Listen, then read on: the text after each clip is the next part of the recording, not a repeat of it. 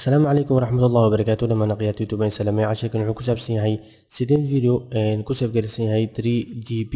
sideen ugu isticmaaleen Camtasia Studio 8 su'aashan soo weydiiyay arday kamid ah marka ay tuso.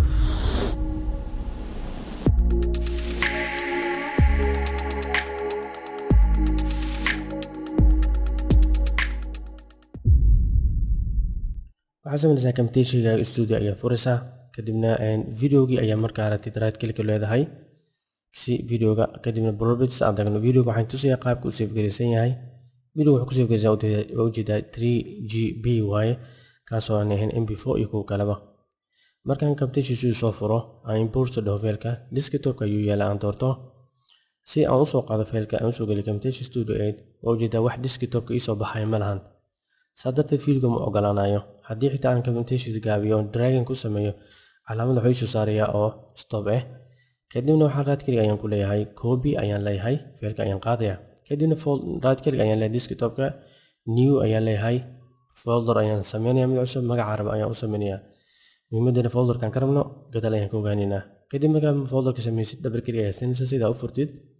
kadibna videoga aad copy kooda ayaa inta waxa ku leedahay paste